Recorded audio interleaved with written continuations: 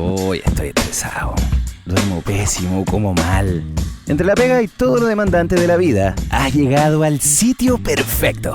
Bienvenidos a Doctora, ¿cómo chucha lo hago? El programa donde la doctora Catalina Fullerton nos guiará en un viaje hacia el Mindful Eating, la alimentación saludable y los hábitos para un bienestar integral. Desde los micrófonos de Radio Z, acompañaremos a nuestra experta. Hola a todos, buenos días. Ay, estoy muy resfriada. Hoy día estamos con una invitada muy especial en el programa Doctora, ¿cómo lo hago? Estamos un poco censurados, ¿no? Era muy burdo, era muy vulgar, ¿no? Programa en horario de niños, ¿ya? Voy a presentarle entonces a nuestra invitada hoy día, Ana María Gallardo. Ella es psicóloga clínica, tiene un magíster en psicología clínica y es doctora en psicoterapia. Es docente y activista por la diversidad corporal y está detrás del Instagram Body Positive. Ana María, mucho gusto, muchas gracias por venir. Sí. Gracias a ti por la invitación. De verdad que encuentro demasiado entretenido lo que estás haciendo. Me encanta la divulgación de la información. Te encuentro seca por hacerlo. Así que muchísimas gracias por esto. Ay, no, qué emoción, qué amorosa. Bueno, la idea de este programa siempre, Anita, es que hablemos súper así relajados, súper como tranquilos ya. Así que nos sacamos un poquito de la formalidad de las cosas.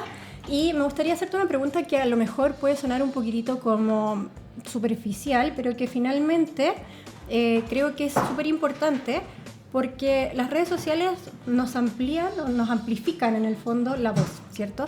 Entonces me gustaría partir con algo simple como ¿de dónde surge la idea de armar este Instagram? Oye, menos mal que era una pregunta simple. Ya, lo que pasa es que esa pregunta implica como mucha historia, pero ya, la voy a sintetizar. Ya, dale.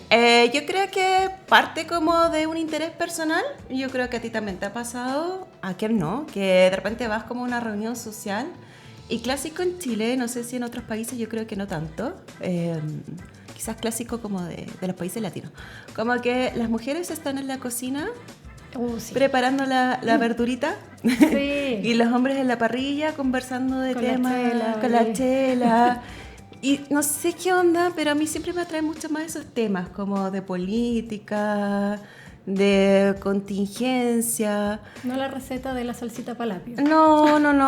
O sea, yo sé, bueno, es horario especial, así que no puedo decir nada. Pero no, qué lata, en verdad.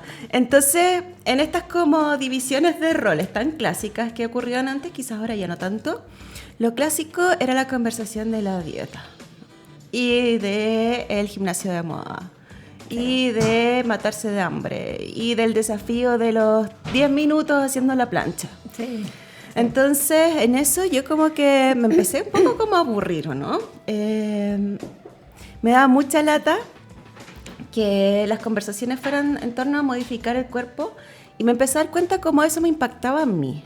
Bueno, eso que estoy hablando ahora, sabemos que se llama Fat Talks, que son las conversaciones acerca del cuerpo de una forma como peyorativa, body shaming, que en el fondo es avergonzar al otro por el cuerpo. Y me empezó a dar mucha lata, en verdad, como ver cómo las mujeres criticábamos nuestro cuerpo en las reuniones sociales y que finalmente de eso se tratara toda nuestra experiencia, mientras yo quería estar probablemente conversando otros temas, queriendo saber cómo estaban mis amigas. Eso como desde el ámbito personal. Y de cómo después de cada reunión en que no podíamos pedir sushi con arroz porque no sé qué. Todas las reglas. Todas las reglas. Que van a surgir por ahí. Oh, qué atroz. Dije ya, como esto me impacta porque también comenzaba a involucrarme con dietas, comenzaba a hacer los desafíos de los 10 minutos, haciendo no sé qué, afectando a mi salud mental. Pero eso además también lo comencé a ver con mis pacientes, como el impacto que tiene la imagen corporal en nuestra autoestima como mujeres. O sea que no lo veía tanto en mis compañeros amigos masculinos, ¿no es cierto? Uh-huh. De los TCA, es decir, trastorno de conducta alimentaria, cómo cada vez llegaban más personas a mi consulta, como donde el motivo de consulta era la imagen corporal. Entonces ahí comencé, al principio con Body Positive Chile, ¿no es cierto?, con un mensaje tal vez un poquito naif, así como, ámate a ti misma, todos los días, mensajitos para quererte a ti misma. Muy positivo. Muy positivo, claro. Pero después con el tiempo fui estudiando más, esto yo te estoy hablando del 2017, el Instagram comenzó a funcionar en el 2018, Como prepandemia. Prepandemia, efectivamente. Comencé a darme cuenta de otros temas más interesantes, comencé a hacer investigación y ahí me dediqué al estigma de peso, que es la discriminación que se realiza a las personas de cuerpo grande. Y desde ahí todo esto ha dado un giro igual súper importante. Y las redes sociales se han dedicado precisamente a visibilizar el estigma de peso, no solamente el mensaje bonito, cute, naif de amate a ti misma, Claro. sino también entender por qué es difícil amarse a sí misma en esta sociedad. Claro, ¿no? Y al final esos mensajes muchas veces se llenan las redes sociales se llenan de comentarios súper mala onda muchas veces, como es difícil seguir o llevar un Instagram así porque la cantidad de personas que entran a comentar sin entender, sin querer averiguar, sin querer como... Y si uno hace de repente como una reflexión, hay que estudiarlo en el fondo, no es algo como que hay que aprenderlo, hay que querer meterse. Entonces las personas en general no quieren aprender. No, yo siento que las redes sociales últimamente son como una vía de escape o de catarsis, como de frustraciones personales. Ahora yo entiendo desde dónde viene esto, como alguien que toda la vida ha luchado por tener como este cuerpo ideal, perfecto, que se somete a dietas súper restrictivas, a un estrés muy importante, ¿no es cierto? Y que es algo que tú también has visibilizado. Obviamente va a pensar que es la única forma de vivir y por lo tanto yo creo que va ganando como un cierto estatus, como una sensación de poder. Y a la vez como que se va atrapando un poquito, generando mucha frustración hacia sí mismo, como hacia afuera y hacia sí mismo. Entonces yo siento que todo como este hate que existe hoy en día, como que también habla de cómo nosotros hemos estado tan como prisioneros en nuestros cuerpos y por eso se expande hacia afuera como críticas, como rabia. Yo creo que es interesante entender el mundo como interno de las personas que tiran hate en redes. De verdad que sí. Sí, yo creo que, como bien dices tú, algo hay ahí, porque voy a decir un comentario muy básico, pero para mí la gente feliz no anda apoyando al resto. Opino lo mismo. La gente que está bien no anda, ¿cierto, Rodrigo? ¿Cierto que no? Yo opino exactamente igual. No pasa nada, pues, ¿cachai? Si No tú tenés estás que andar feliz, preocupado del resto. No te metí en la vida del Chao. otro, no te importa, ¿cachai? No, pues estás tranquilo por la vida. A mí no se me ocurriría entrar, ponte tú, a mi Instagram y de repente ver una cuestión y tirarle como mala onda, ¿cachai? A lo más yo hay cuestiones que me enojan, sí. Ponte tú, si hay de repente alguien promoviendo por ahí, el otro día vi esta cuestión de una persona diciendo, no, ustedes tienen que comer tanto, calcúlalo por esta cuestión, y a mí me salía, ponte tú, 600 calorías. Me está iniciando. Ni siquiera cuando nací consumía 600 calorías, no sé de eso, pero Nadie debería comer, ni siquiera una persona recién operada de cirugía bariátrica come 600 calorías. Cacha. O sea, a ese toque, ¿cachai? Entonces era como, ¿qué es esto? ¿Cachai? ¿Qué es esto? Y obviamente uno se enoja, pero aún así yo no le tiro como garabatos, ponte tú, no, y yo soy chucha. No, nada, ¿cachai? Es como, oye, ¿sabéis que en verdad esto no está bien? No, esto no es información real, esto no es información... Que es distinto como poder dialogar así, por mucha rabia que tengáis, a llegar y decirle un comentario mala onda a otra persona, o como atacar cosas que no son debatibles, ¿cachai?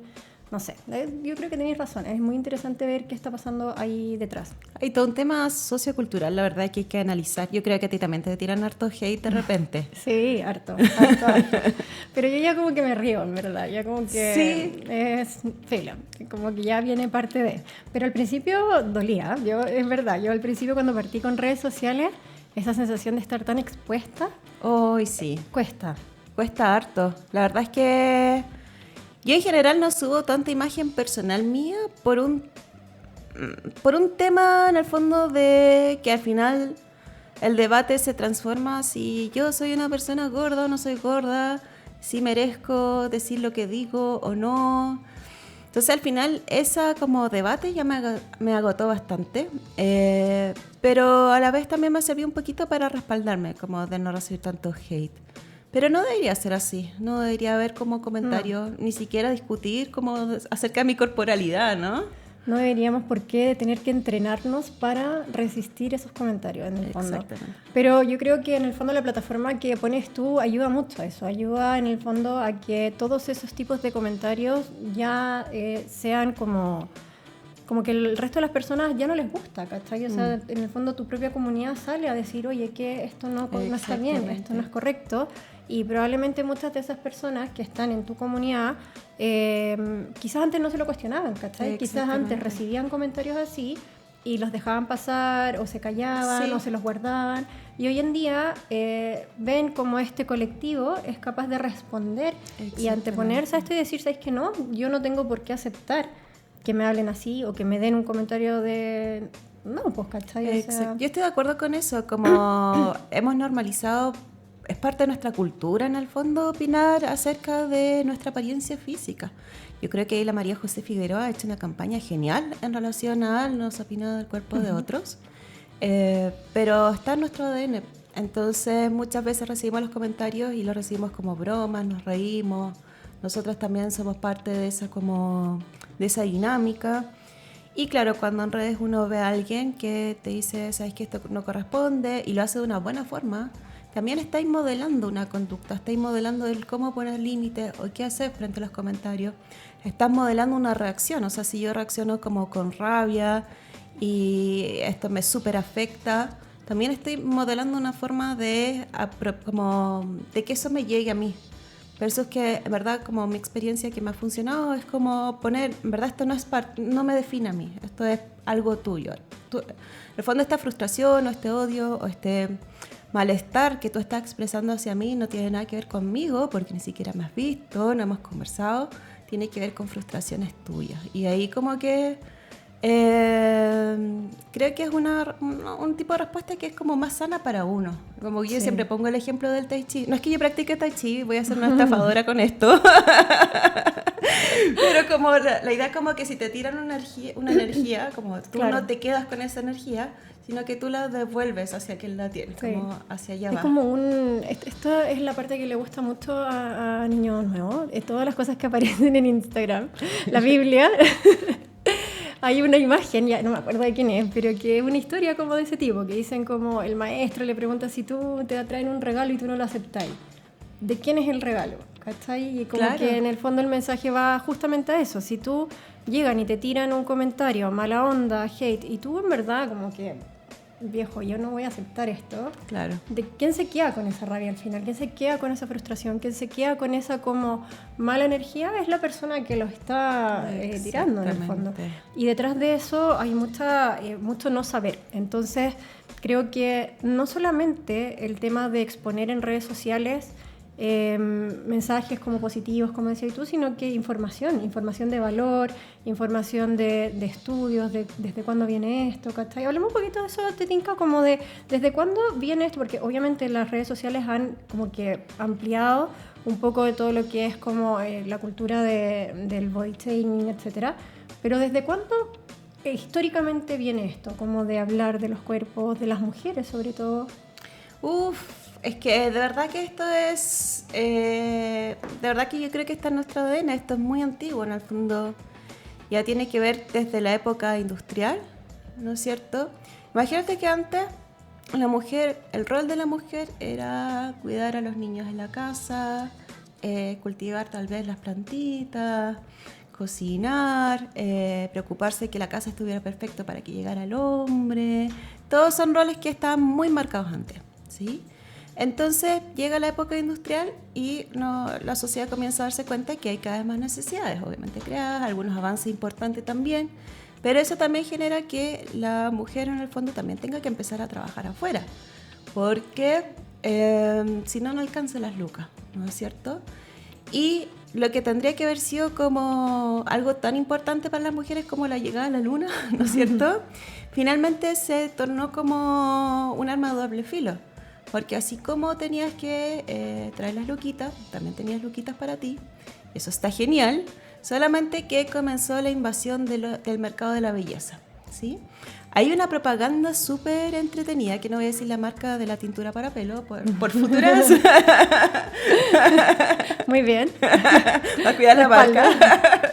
Pero hay una marca por ahí de tintura de pelo que comienza a hacer una campaña súper potente, que decía algo así como: no seas egoísta, tú no te deberías ver nunca más vieja que tu esposo.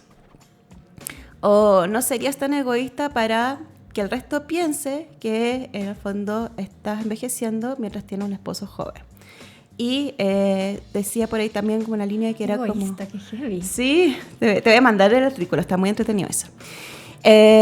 No, todas las mujeres viejas comienzan a perderse como, no me acuerdo la palabra, pero ponte tu carrete, los eventos sociales, y quedan fuera de su trabajo por verse vieja. Eso es el año 1923 o 28, siempre se me confunden esos números, ya, pero da lo mismo, en esa década. Desde tu marido lleno de cana y filo, po. Sí, obvio, Filo, ¿no? porque... Un hombre con cana es un hombre que tiene plata. Claro. Entonces, El sugar daddy. el sugar, claro. Entonces, ¿qué comienza a pasar? Que comienza la industria de la tintura de pelo. Y es desde ahí que las mujeres luchamos para no vernos viejas, ¿no es cierto? Y desde ahí también las arrugas. Desde ahí, en esas mismas fechas, comienzan otras revistas a como lanzar el comentario de que una mujer joven es delgada, o versus que una mujer vieja es gorda. Entonces ahí comenzamos ya como se empiezan a entrelazar estas ideas también, que son gordofóbicas y edadistas al mismo tiempo. Edadista me refiero cuando hay una discriminación por edad, específicamente acá hacia la edad mayor. Entonces estos como dos conceptos van muy entrelazados desde ahí. Ya llevamos 70 años con estos mensajes, ¿no es cierto? Es decir, yo no sé cuántos años tiene tu mamá, pero la mía nació como en el auge de esto. Y obviamente que antes puede ser que haya sido una presión también. Es como algunos datos, como unos datos interesantes, específicos, pero nuestras abuelas ya nacieron en ese contexto. Entonces, obviamente que las generaciones como las nuestras ya lo tenemos muy incorporado, ¿no es cierto? La preocupación por la belleza, por la delgadez, por la vejez, y así. Quiero compartir, aprovechando el punto que tocaste, yo le pedí a algunas de las personas que nos escuchan que nos compartieran historias que pudiéramos compartir, y hay unas que son súper potentes. Y hablando de esto del cuidarse del marido, una de las chicas, le voy a mandar saludos, ya escribió que el marido, ella después de su embarazo subió de peso y dejó de arreglarse en términos de ropa, y el marido se lo hizo ver, le dijo: tú te descuidaste, con esa palabra, te descuidaste, usas solamente buzo, ya no me gustas. Ay, caramba. Ya no me gusta. O sea, todo lo que cuando nos escribió esto, lo escribió en un grupo abierto de esto, y todas le pusimos banderas rojas: corre de ahí, sal de ahí, obviamente, porque que tu marido te diga una como ya no me gustas, porque es violencia estética. Es en el fondo darle un valor. ¿Qué valor le estamos dando a la apariencia por sobre lo que es la persona realmente? O sea, y considerando, todos tenemos valor, ¿cierto? Pero considerando además la etapa en la que está. O sea, acaba de tener una guagua, la cantidad de tiempo que tú tenías cuando acabas de tener una guagua es, pero... O sea, la última nula, prioridad. Y debería estar disfrutando ese momento. Exactamente. Y viviéndolo feliz y contenta. Entonces, en el fondo, eso nos muestra un poquito lo potente que llega a ser esto, como para que personas que se supone que tienen que cuidarte, personas que se supone que tienen que quererte, se sienten con el derecho de exigirte, en el fondo, verte de alguna manera. Exacto. ¿Cuántos meses tiene él o la bebé? No, bebita. dijo, no dijo. No. Ahí No. te voy a mandar un material para ella. Ya. ¿Sí? Me recuerdas. Claro, porque finalmente todo esto que estamos hablando tiene tintes de violencia estética. Y la violencia estética nos vamos a referir a la violencia que se basa en el fondo a como supeditar como nuestro ser, nuestra identidad a nuestra apariencia física. Y lo que mencionas ahí es súper potente finalmente, porque habla de una etapa de gestación, de una etapa de puerperio, en que todos nuestros recursos físicos y emocionales están destinados a mantener vivo un bebé. O sea, yo creo que no hay nada más difícil que mantener vivo a un ser pequeño Sobre todo cuando son más grandes que se esfuerzan por estar en riesgo y es terrible. Exactamente. Buscan el peligro. Oye, ya pasé hace 16 años por eso. Valor Estoy a las ahí, mamás. estoy ahí. Tú todavía estás ahí. Sí, qué horror. Valor y pero es paciencia. linda etapa, pero hoy que se corre. Sí, es una linda etapa, pero con un peligrosa, estrés. Sí. Sí.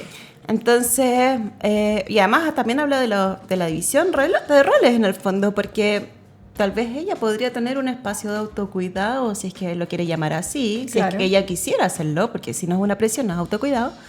Si es que su pareja estuviera más metido en la crianza y le diera espacio para que ella... Exactamente. O sea, como tú no tenés tiempo para nada. Yo voy a estar pensando en me voy a ir a teñir el pelo. O me voy a ir Claro, a hacer las echar uñas. una... Claro, no, mis uñas están horribles.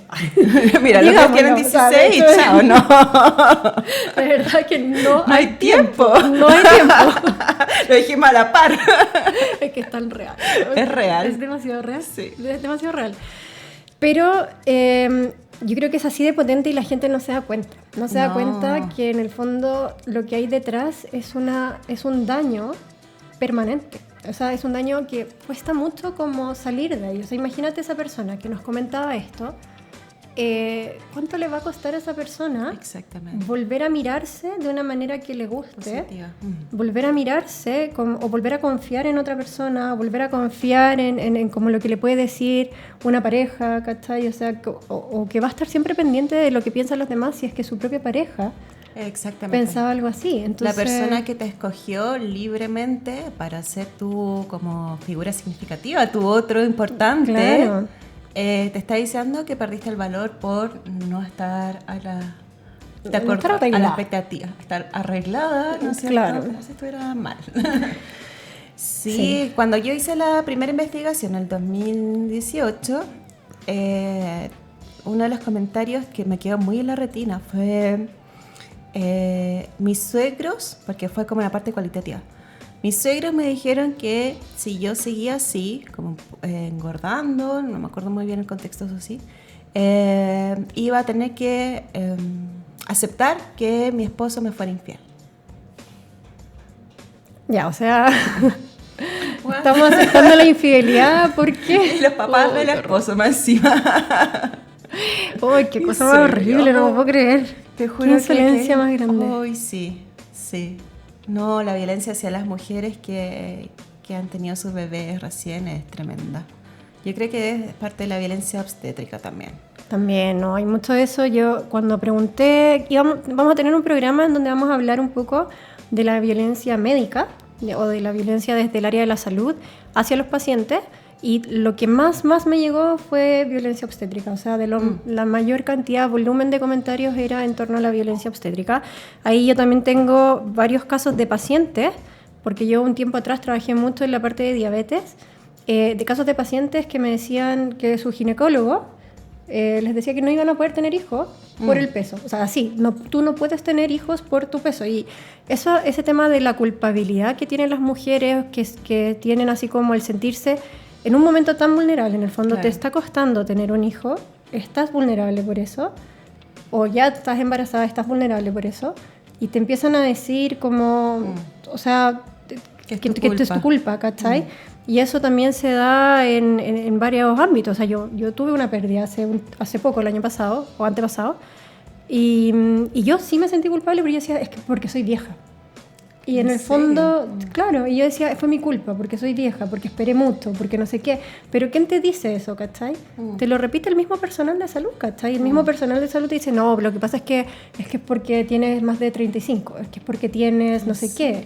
Y es cierto que hay un factor de riesgo mayor, pero en el fondo la manera en que te dicen las cosas, la forma en que uno expone los factores de riesgo, la forma en que uno expone como la salud, es una manera que hay que rayar la cancha, necesariamente hay que rayar la cancha, ¿cachai? Sí. Porque no puede ser que las mujeres sigan culpándose de esa manera en un momento que están muy vulnerables. Porque si tú me preguntáis ahora, yo para mí es como, qué huevona, ¿cachai? Porque estaba pensando eso. Ya, pero en el momento Pero en el después, momento estaba en otro momento, Estás ¿cachai? viviendo un duelo. Claro, Además, entonces- cuando uno vive un duelo, es cuando uno busca culpable. Exacto. Otro mensaje que me llegó hablando de esto, del tema de la violencia de la parte médica, una chica puso ahí en Twitter, me parece, que le habían dejado un medicamento para bajar de peso y que el medicamento la tenía sin hambre, nada de hambre. Tanto así que llegó a contarle a la persona que le había dejado el medicamento que no estaba comiendo nada, que ese día se había comido, lo puso textual, ese día me comí una frutilla y tomé un poco de leche. O sea, claramente todos sabemos que eso no es alimentarse. No. Y la doctora le respondió, ya, pero estás más flaca, ¿qué te dice la gente? Ay, caramba, no. Entonces, ¿qué está pasando desde el propio ambiente de salud? ¿Cachai? O sea, ¿cómo? cuando nos llegan los mensajes en que dicen, no, es que yo he visto que es el mayor hate que tiran, como es que esto va contra la salud, es que se promociona como subir de peso, ¿cierto? ¿Qué salud tenemos si es que le estamos diciendo a una persona baja de peso a toda costa? O sea, cómete una frutilla y un vaso de leche, porque filo, porque ¿qué te dice la gente? Claro. O sea, ¿qué clase de salud es esa? Bueno, o sea, ¿qué sí. discurso hay detrás de eso? La violencia, el estigma de peso en la salud. Yo hice mi investigación en salud mental. Lo tenemos, y que es parte también de la educación, ¿o no? Bueno, tú estudiaste medicina, yo no he estado ahí, pero me imagino que finalmente se replica mucho de esta educación en la universidad. A mí, ponte tú en la universidad, cuando estábamos hablando de trastornos de personalidad, me acuerdo súper potente, incluso lo tuve que cotejar con algunas compañeras porque dije, ¿lo habré inventado yo? Una profesora dijo como, cuando tú veas una mujer gorda, piensa al tiro en un trastorno límite de la personalidad. Yo, ¿what? Porque en el fondo, pues el control de impulso, se la pasan comiendo, por la rabia que sienten, basan sus emociones en la alimentación. Entonces, claro, como que esto ya nos educan desde la universidad con estas nociones, con estigmas, que van en detrimento de nuestra atención. En el fondo, si tú ves o normalizas que tu profesor o profesora de la universidad tiene este trato, tiene estas hipótesis diagnósticas que son como tan rotundas, entonces pues tú como profesional comienzas a replicar lo mismo. De hecho, a mí siempre cuento esta historia porque para mí es como interesante de ver cómo iba cambiando un poco como los últimos años. Me acuerdo que el 2020 hice una clase justamente en un diplomado, que no voy a decir el nombre, pero me acuerdo que había una psicóloga que está indignadísima conmigo, indignada, real indignada. Que lo que estaba diciendo yo era perjudicial porque estaba romantizando la obesidad, que ella estaba haciendo que todo el mundo fuera gordo y que ella no era gordofóbica porque ella tenía un amigo gordo. Ya. ¿En qué se transformó esto? Así como en la nueva, como no, yo no soy homofóbico. Porque tengo un amigo gay. Claro. ¡Ay, qué tremendo! Tremendo. Y después también salieron unos psiquiatras hablando de que la inflamación, que en el fondo esto era la pandemia, que no sé qué, y que la única forma de hacerles entender era como restregándoles, casi que eran gordas y que por eso tenían que... Ay, no sé, ya ni me acuerdo, pero se fueron, como estamos en pandemia, se fueron como indignados y se desconectaron de la clase. Yo hoy en día sigo haciendo el mismo curso y en otras clases. De hecho, el año pasado estuvimos en la clínica alemana y haciendo un taller para nutricionistas. O sea, no un taller, fue una conferencia con otra doctora y una nutricionista. Y de verdad que hubo solamente un comentario que me dejó como, no entiendo, bueno, next. Pero el resto es como, oye, sí, qué interesante. Tenemos que incluir el tema de estigma dentro de la formación, tenemos que tratar a los pacientes de una forma respetuosa, esto le hace daño a los pacientes. Entonces, igual yo siento que ha habido como, no sé si soy sobre optimista siempre, pero siento que ha habido como una toma de conciencia importante en los últimos años. Bueno, de hecho, hay varias doctoras como tú, ¿no es cierto?, que están hablando de este tema, que a mí me dan como la esperanza de que el día de mañana esto deje de ser un trato normalizado, la atención de salud física y mental. Sí, de todas maneras. O sea, el tema es lo que yo te decía al principio, que quizás sonaba un poco superficial partir hablando del Instagram, pero es una manera de amplificar el mensaje, como de llegar a más personas, de poder como más gente se dé cuenta de lo que está pasando, de lo que se está hablando, de los motivos, de las razones, y obviamente después están estas otras instancias que son más clínicas, más como médicas, que en el fondo toca ahí al nicho, que es una puerta de entrada de una persona vulnerable. O sea, de una persona que viene con problemas, que viene con algún estado de salud importante, que viene preocupada por algo, y tú no puedes ser la persona que le va a tirar más preocupaciones, ¿cachai? No puedes ser la persona que no lo va a contener. Yo creo que es súper importante hablarlo desde el ámbito de salud. Y en términos de lo que hablabas tú, de la inflamación, de lo que se cuelga en el fondo muchas personas desde la parte de las personas que trabajan en el ámbito de obesidad, de peso, hablando como de cómo el tejido graso provoca una inflamación, que es cierto.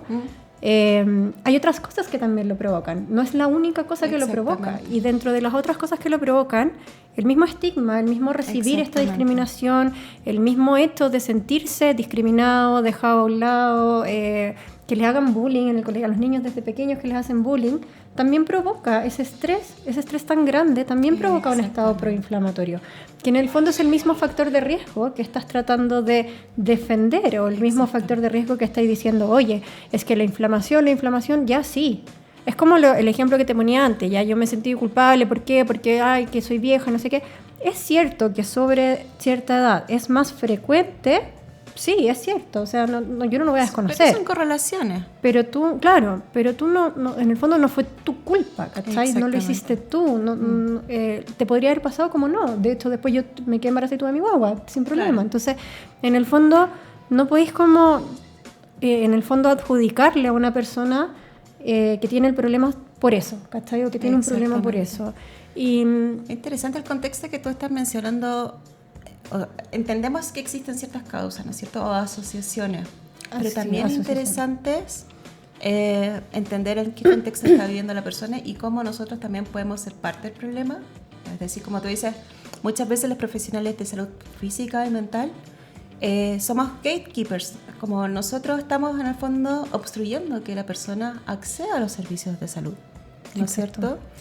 En esta investigación que hice con psicólogos y psiquiatras, habían experiencias súper potentes, por ejemplo, de psicólogos que asociaban que el motivo de consulta era bajar de peso, cuando, por ejemplo, la persona estaba con ideación suicida, ¿no es cierto? Entonces, ¿qué era lo importante ahí? Es que esa persona tuviera contención emocional para tratar su estado anímico, para tratar la ideación suicida, etc. Lo importante no era el peso, pero ese psicólogo, ese psiquiatra, fue un gatekeeper, o como un, no sé cómo se traduce en el fondo, como la persona que puso o que cerró la puerta para que esa persona pudiera definitivamente entrar al sistema de salud y tratarse. De ahí vemos cómo se van cronificando ciertas situaciones, ¿no es cierto? Cómo los estigmas propios pueden hacer que tú no atiendas realmente a la persona, sino que te quedes solamente en lo superficial. Y también comienzas a tener un trato que sea peyorativo, entonces la persona en el fondo le va a tener mayor miedo también a volver a tu consulta. Yo tengo un montón de pacientes que no quieren ir, ponte tú, al médico o médica, ¿no es cierto? Justamente porque saben que lo primero que le van a decir, bueno, todo se debe a tu sobrepeso, ¿no es cierto? Hay una viñeta como que es súper entretenida, yo le digo entretenida, pero en verdad es feroz, que aparece una mujer, ¿no es cierto? Una caricatura de una mujer con el brazo afuera. Llega donde el doctor, le dice, necesito que me ponga el brazo. Y le dice, pero es que usted tiene que bajar de peso. Es que necesito que me ponga el brazo de vuelta. No, pero es que usted está muy gorda. Y termina como la doctora escribiendo, o el doctor como escribiendo la planilla, ¿no es cierto?, la ficha médica. La paciente es muy porfiada, no se quiso atender. Es como una caricatura en el fondo de qué es lo que está ocurriendo. De algo que pasa realmente, sí. De algo que pasa, lamentablemente. En salud física y mental. Sí, es verdad.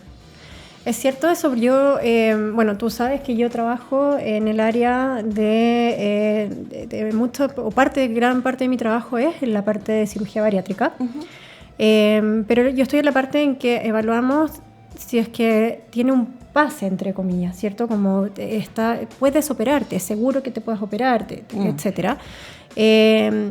Y para mí fue un desafío al principio porque para mí había muchos no, sabes que no estás bien en el fondo, ¿por qué te quieres operar? Y las razones que te llevan a operarte muchas veces eran el estigma social y no una como búsqueda de salud real, y habían temas como en salud mental que había que abordar primero, Cuando yo partí en la inseguridad, yo decía, chuta, si digo que no, si digo tanto que no, o sea, en el fondo la gente no se puede operar al final, entonces yo no les sirvo, ¿cachai? Al final. Pero no está bien, pues, ¿cachai? No está bien, porque en el fondo lo que hay que hacer primero es eso, como hablar desde la salud mental, desde cómo estás tú, por qué te está llevando a esta decisión, qué te está llevando a querer, en el fondo, llegar a algo que igual es agresivo, es súper invasivo operarse, ¿cachai? O sea, no estamos hablando de me voy a tomar un medicamento o voy a hacer ejercicio, no, voy a hacer algo invasivo. Exacto. Entonces, ¿qué te está llevando para allá?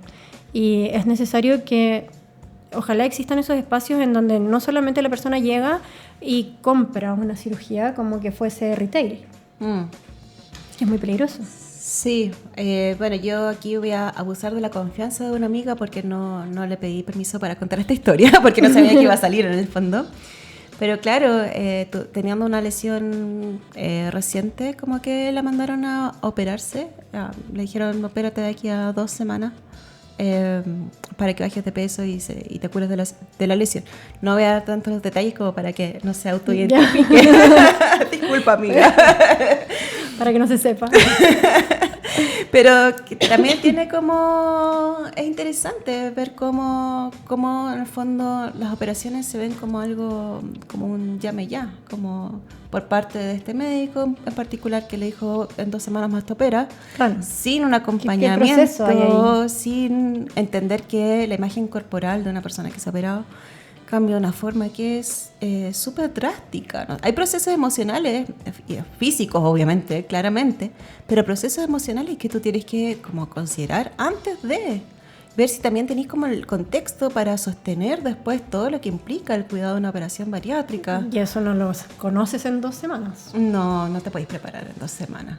Y No. por parte también de las personas que también tienen como súper idealizado un poco estos procesos, que piensan que es cosa de llegar y operarse, que la vida les va a cambiar rotundamente, pero en verdad es súper invasivo, no solamente a nivel físico, sino que a nivel psíquico también. Entonces tiene que haber toda una preparación con un equipo multidisciplinario, ¿no es cierto? Que ahí, bueno, tú eres la experta en este proceso. Implica varias sesiones. Son varias sesiones con un equipo formado. O sea, yo tengo una guía que es como una guía que compartí a las personas que se van a operar, y que una de las frases que les pongo es que si tu médico no tiene, o sea, tu cirujano no tiene un equipo detrás, bandera roja y corre, sal de ahí, porque en el fondo es necesario tener el equipo de psicología, de psiquiatra de repente incluso, Sí. De la nutricionista, del kinesiólogo, de todas las personas que van a estar ayudando a que se creen ciertos hábitos, porque al final lo que te va a generar salud, que era un poquito lo que hablábamos antes, es cierto que el tejido graso provoca inflamación, sí, pero también es cierto que si tú tienes hábitos saludables, independiente del tejido graso que tengas, disminuye y como que baja esa inflamación. Entonces estáis bajando el factor de riesgo que te importa mediante agregar alimentos saludables, mediante hacer actividad física. Entonces lo que te importa, mediante controlar el estrés, que era también lo que hablábamos, Sí. ¿cierto? Controlar todo lo que es el estrés. Entonces, independiente de tu tamaño corporal, tú en el fondo ganas salud y bajas ese estado proinflamatorio manejando todas estas otras cosas. Entonces, ¿qué es lo que queréis transmitirle a esas personas? Que en el fondo, y lo que se ve en la práctica, las personas que tienen como mejor resultado, finalmente, que como en todo término, salud mental, etcétera, son las personas que efectivamente se operaron porque, por ejemplo, que me decían, pucha, Cata, es que sabes que yo no puedo perseguir a mis hijos, ¿cachai? No puedo, porque no tengo quizá tiempo, etcétera, y quizás llegar a esa como capacidad funcional física le va a tomar más tiempo, y como que después ven y que se sienten mejor físicamente. Esas personas estaban contentas, en el fondo enfocaron el tema hacia un lado personal, salud, versus la persona que se operó por estética. Exactamente. Porque la persona que se operó netamente por estética va a tener los mismos problemas. va a tener los mismos problemas, porque en el fondo a esa persona no se gusta desde adentro. O sea, a esa persona algo le pasa que se mira y no se gusta. Y Hay el una problema carga no es emocional, físico. sí, hay una carga emocional súper potente en tu imagen física, y además los cambios corporales cuestan un montón en integrarse en el cerebro. Entonces no es como que tú bajes de peso y te des cuenta realmente que bajaste de peso, sino que pasa un tiempo en que el cerebro se acomode. Sí, eso es heavy, también se ve mucho. O sea, hay algunas personas que bajan un montón el primer mes y que a mí me dicen, sí, o sea, la gente me dice, pero es que yo me miro al espejo y no lo veo. Y es heavy porque tú claramente lo ves con mucho, y tú lo ves, o sea, claro, ves la cantidad de peso que perdió y se ve totalmente distinto, la ropa le queda mucho más grande, pero te dicen igual, no, es que yo me veo y no lo veo, no está ahí. No está integrado, sí. Oye, me veo igual. Sí, mencionaste algo súper interesante que le está dando vuelta últimamente. Pero acá yo creo que voy a hablar más en voz alta que tener una reflexión con datos y todo. Un pelacable. Pero yo siento que sería entretenido que hoy en día como que los enfoques de salud y salud mental estuvieran puestos en la funcionalidad más que en indicadores. ¿En qué sentido? Si todo esto estuviera como todo lo que hacemos, ambas dos, como desde veredas tal vez distintas, pero yo creo que hay cosas que nos unen. Sí, de todas maneras. Si, por ejemplo, pensáramos los estilos de vida, ¿no es cierto? El movimiento y la alimentación, en base a la funcionalidad, la gente se le haría mucho más fácil o se acercaría más a lo que podríamos llamar un estilo de vida saludable. Saludable yo creo que es un concepto súper amplio que tendríamos que debatir como 10 capítulos más. Sí, no. ¿Qué es saludable, qué no es saludable? ¿Cuándo un hábito es saludable, no? Pero si la persona pensara en la funcionalidad, más que, por ejemplo, en bajar de peso por estética, le iría mejor en, por ejemplo, implementar hábitos deportivos. Exactamente. ¿A qué me refiero? Como tú dices, esta mujer que quiere, o hombre, no me acuerdo, pero que quiere jugar con su hijo. Ok, entonces para jugar con mi hijo, entonces yo, por ejemplo, voy a hacer más cardio, ¿no es cierto? Exacto. O voy a fortalecer el core, porque para no quedar con la espalda en la mano cada vez que me agache. Exactamente. Entonces, claro, o si mi trabajo es estar de pie todo el día, ¿cómo puedo fortalecer mi cuerpo para estar de pie todo el día? Porque mi trabajo lo demanda, ¿no es cierto? O me gusta tocar la guitarra para no ser tan fome con el trabajo. O me gusta, qué sé yo, cualquier cosa, pero que en el fondo tú pienses tu salud desde el punto de vista de lo que a ti te gustaría hacer con tu cuerpo.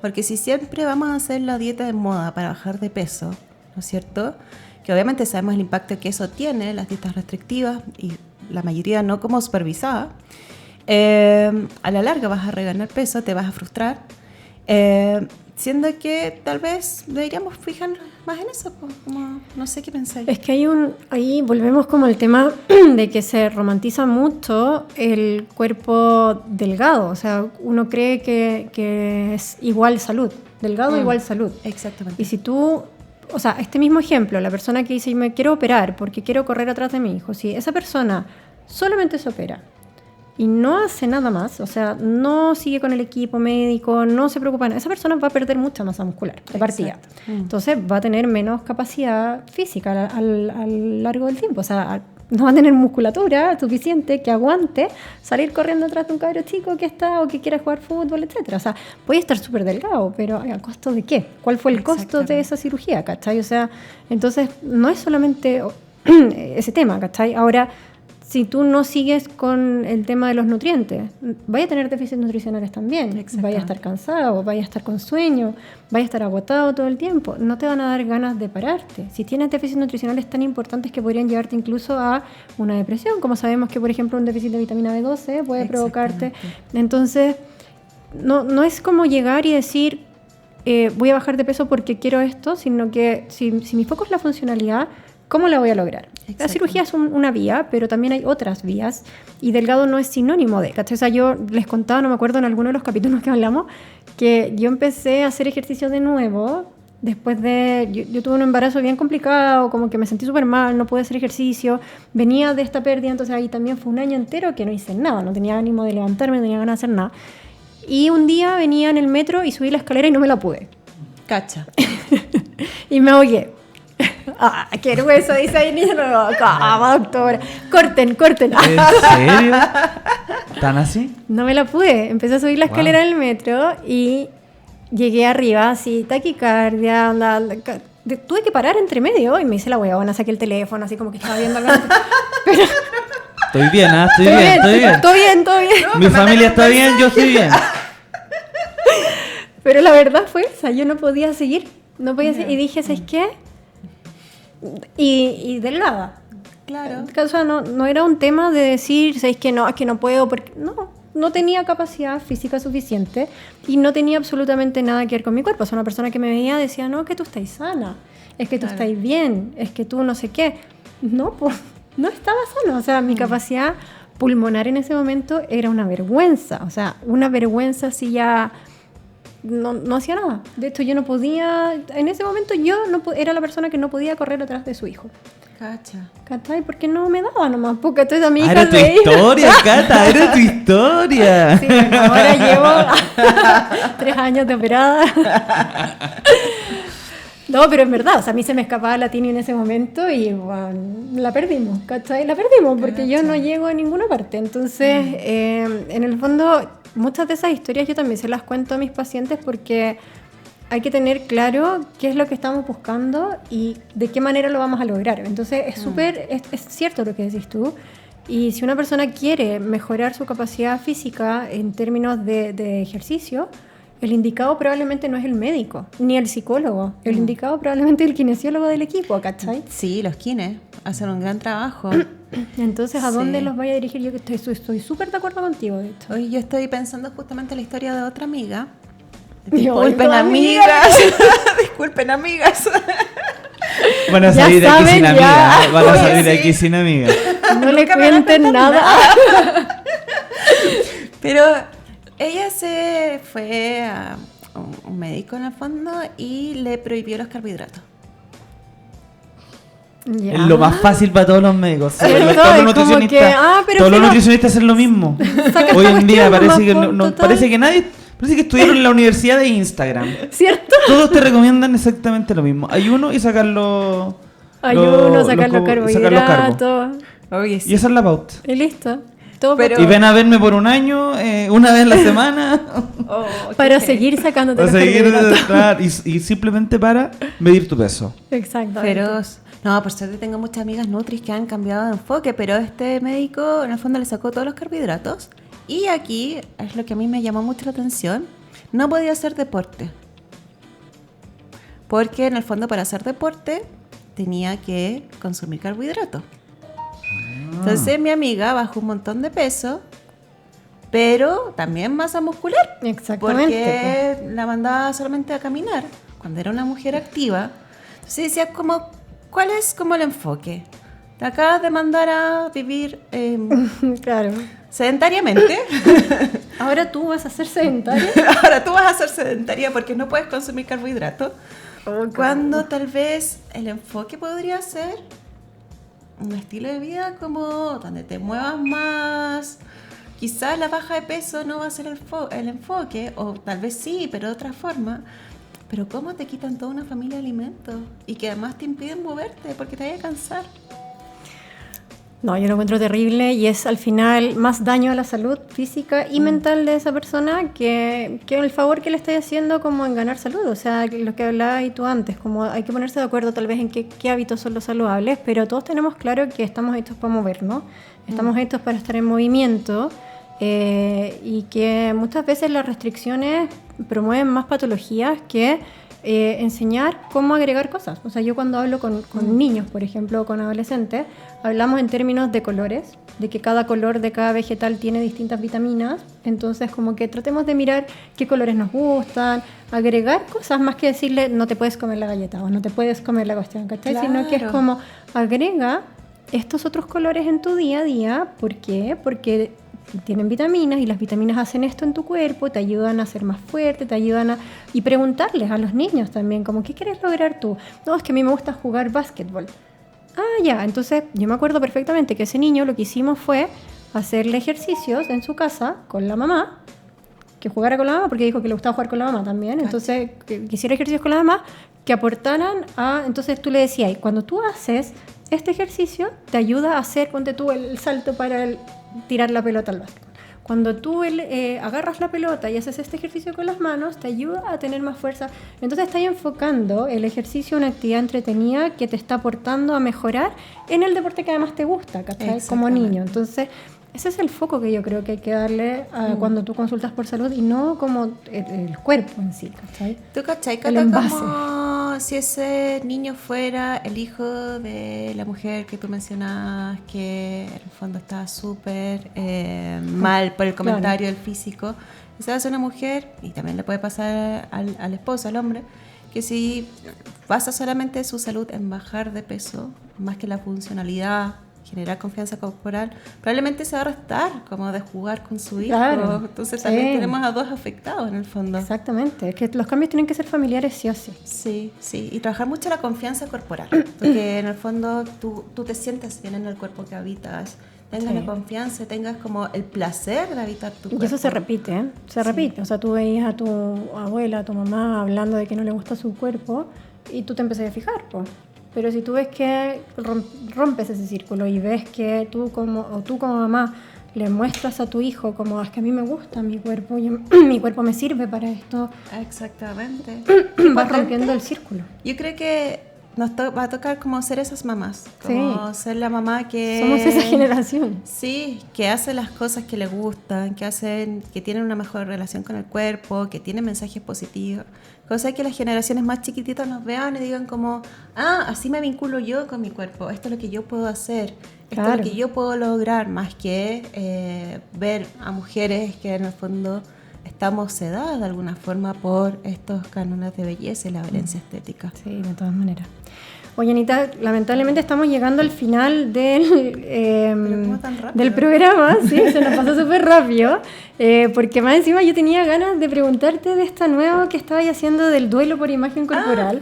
Era la pregunta que tenía para hacerte y la verdad es que se nos pasó el tiempo, así que, pucha, si quieres venir otro día, pero invitadísima feliz. Para que podamos hablar como de este tema tan importante que estás hablando, que estás tocando tú ahora, que estás haciendo todos estos como talleres. Porque en el fondo, como decías tú, al principio los mensajes son súper como positivos y ámate siempre, pero la realidad finalmente no siempre es así, ¿cierto? Exactamente. Así que nada, pues muchas gracias, lo pasé tanto, sí, todo muy entretenido. Y no alcanzamos a leer todos los mensajes que nos dejaron en redes sociales, pero vamos a estar compartiéndolos también en otra ocasión. Y te dejamos invitada, pero muy invitada a el siguiente programa. Cuando tú quieras. Estupendo. Gracias.